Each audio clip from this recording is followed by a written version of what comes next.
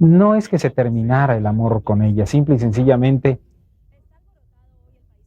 las cosas no se estaban dando en la forma en que a mí me gustaba. Nadie se atrevía a nombrarlo en voz alta. Durante años su figura fue un fantasma que recorría los pasillos del espectáculo mexicano. Y ahora, a los 69 años, Sergio Andrade, el hombre más odiado, más temido y más misterioso de la música latina, ha decidido hablar. Lo hizo sin filtros, sin lágrimas, sin arrepentimiento. Rompió el silencio que había sostenido por más de 2 décadas. Y lo que dijo no solo desconcertó a quienes lo conocieron, conmocionó al mundo entero. Nadie estaba preparado, porque lo que se reveló no fue solo una versión de los hechos, sino una bomba de tiempo emocional, acusaciones, justificaciones, confesiones y una oscura verdad que muchos preferían mantener enterrada. En la entrevista más incómoda, directa y polémica de su vida, Sergio Andrade no se guardó nada. Habló de su relación con Gloria Trevi, de los años de fama del supuesto clan que lo llevó a prisión y sobre todo del lado oculto de una industria que según él lo utilizó, lo traicionó y luego lo olvidó. Y ahora con una voz que ya no tiembla, Andrade lanza una última provocación. Yo no fui el único, y si me destruyeron, es porque sabían que podía hablar. Esta historia no es solo un testimonio tardío, es una herida abierta narrada desde dentro, y lo que está por verse puede cambiar para siempre la manera en que entendemos uno de los escándalos más turbios del entretenimiento latino. Hubo un tiempo en el que el nombre de Sergio Andrade evocaba únicamente talento, éxito y genialidad musical. En la sombra de cada éxito de Gloria Trevi, en los arreglos de cada canción que marcó a una generación, él estaba allí, el cerebro detrás del fenómeno, el arquitecto silencioso de una revolución en el pop latino. Nacido en octubre de 1955, Sergio Andrade no tardó en destacar como compositor y productor. Su oído era prodigioso, su visión estratégica y su ambición desbordada. En los años 80 y 90, no había artista joven que no soñara con pasar por sus manos. Era conocido como el Pigmalión del pop mexicano, un creador de ídolos. Pero también poco a poco comenzaba a tejerse una red de rumores que en ese momento se ignoraban o se silenciaban: control excesivo, métodos cuestionables de trabajo y una relación especialmente intensa con la estrella que él mismo fabricó desde cero, Gloria Trevi.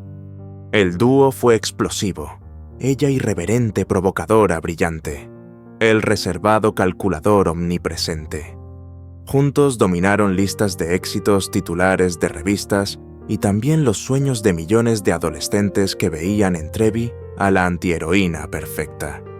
Pero nadie sabía, o nadie quería ver, que tras el telón de esa historia pop se escondía un relato mucho más oscuro, más retorcido y más peligroso.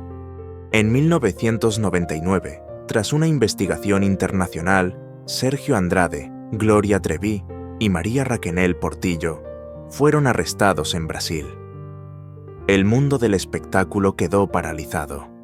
La acusación era tan grave que parecía sacada de una novela de terror: corrupción, de menores, abuso, manipulación psicológica y una red de control que, según los fiscales, había sido cuidadosamente construida por Andrade a lo largo de años. Lo que siguió fue un circo mediático. Andrade fue condenado, Gloria Trevi fue absuelta tras varios años en prisión, y desde entonces él desapareció. Se esfumó como un fantasma. Durante más de 20 años no dio entrevistas, no escribió libros, no apareció en eventos, nada. Se refugió en Brasil, y con el paso del tiempo, su nombre se convirtió en un eco incómodo que muchos preferían no invocar. Pero el silencio no borra la historia, y si bien el público latinoamericano pareció, al menos en parte, perdonar a Gloria Trevi con Andrade, no ocurrió lo mismo. Él fue demonizado, se convirtió en el villano definitivo, y quizás en el fondo él lo sabía. Y por eso callaba. Hasta ahora. A sus 69 años, en el ocaso de su vida, con el rostro envejecido y la voz menos arrogante pero aún intacta en convicción, Sergio Andrade ha decidido volver a la conversación pública. Y no con excusas ni con remordimientos fingidos, sino con una versión de los hechos tan perturbadora como reveladora. Porque si algo ha dejado claro este hombre, es que no ha regresado para pedir perdón. Ha regresado para contar su verdad. Una verdad que, según él, fue ocultada, manipulada, distorsionada por los medios, por la justicia y por sus antiguos aliados.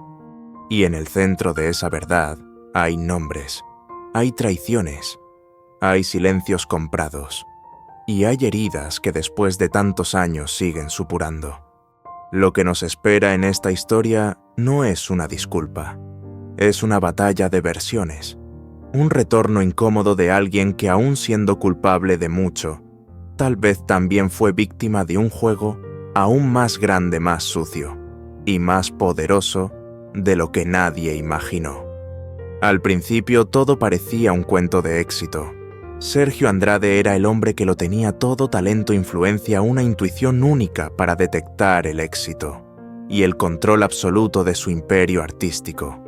Cada joven promesa que tocaba se convertía en oro. Fue así como a finales de los 80 descubrió a una adolescente irreverente de voz rasposa y actitud explosiva, Gloria Trevi. Ella no se parecía a nadie, y eso era exactamente lo que él necesitaba. La moldeó, la formó, le construyó un personaje rebelde, provocador, irresistible. Nació una estrella, pero también nació algo mucho más oscuro, una dependencia absoluta, un vínculo emocional y profesional que con el tiempo se volvería destructivo. La relación entre ambos trascendía lo profesional. Se hablaba de romance, de control, de celos, de manipulación. En entrevistas de la época, Gloria lo defendía con pasión. Lo llamaba genio ángel, el único que creyó en ella. Y mientras tanto, Sergio seguía ampliando su familia artística, reclutando a otras jóvenes para sus proyectos, todas bajo su tutela, todas bajo sus reglas. El éxito fue arrollador. Discos de oro, giras internacionales, programas de televisión. Pero entre bastidores algo no encajaba. Las jóvenes vivían con él, entrenaban con él, respondían solo ante él. Y poco a poco, la atmósfera de academia artística comenzó a parecerse más a un culto cerrado, hermético, intocable. Fue en ese silencio donde empezaron las sospechas. Padres preocupados, empleadas que renunciaban, rumores en los pasillos, pero nada salía a la luz. Sergio era demasiado poderoso y Gloria demasiado famosa, hasta que un incidente lo cambió todo. En 1998, una madre denunció la desaparición de su hija, una menor que había viajado con Andrade a Brasil. La policía comenzó a investigar, y lo que encontraron fue más escalofriante de lo que nadie podía imaginar. Se emitieron órdenes de captura. Sergio Andrade y Gloria Trevi fueron considerados prófugos de la justicia. La noticia dio la vuelta al mundo.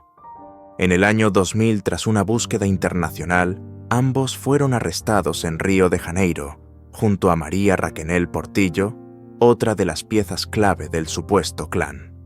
El escándalo explotó como una bomba atómica. La prensa no perdonó. Los titulares eran salvajes: Clan Trevi Andrade, red de corrupción de menores. El Harvey Weinstein de México. Ídolos caídos detrás del glamour, una pesadilla. Durante el juicio comenzaron a aparecer testimonios espeluznantes, relatos de castigos físicos, manipulación psicológica, encierros, amenazas, desapariciones. Todo bajo el mando de un hombre que hasta entonces había sido considerado un genio musical.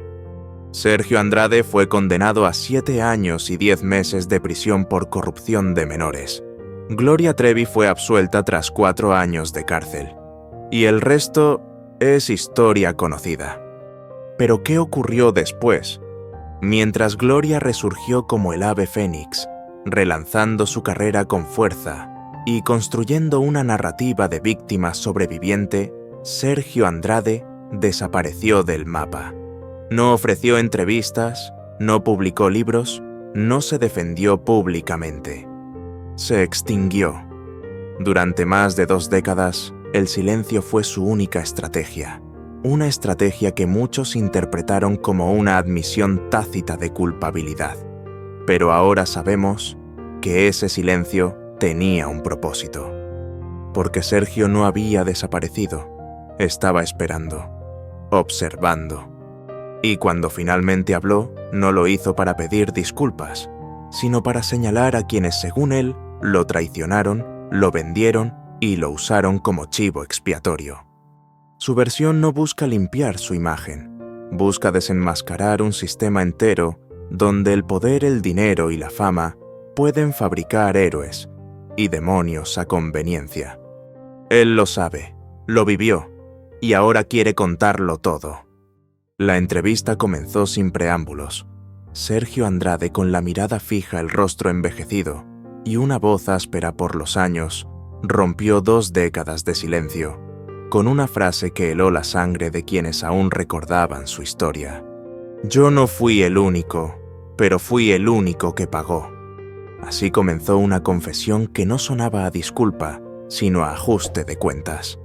Un relato crudo e incómodo en el que Andrade no negó los hechos, pero los envolvió en una lógica retorcida, como si sus acciones hubiesen sido parte de un sistema mucho más grande y más podrido. Durante más de 1 hora habló de todo, del poder que tuvo, del entorno que lo protegió, de las personas que, según él, lo traicionaron para salvar sus propias carreras, y sobre todo de una industria que dijo sabía lo que pasaba, pero miró hacia otro lado.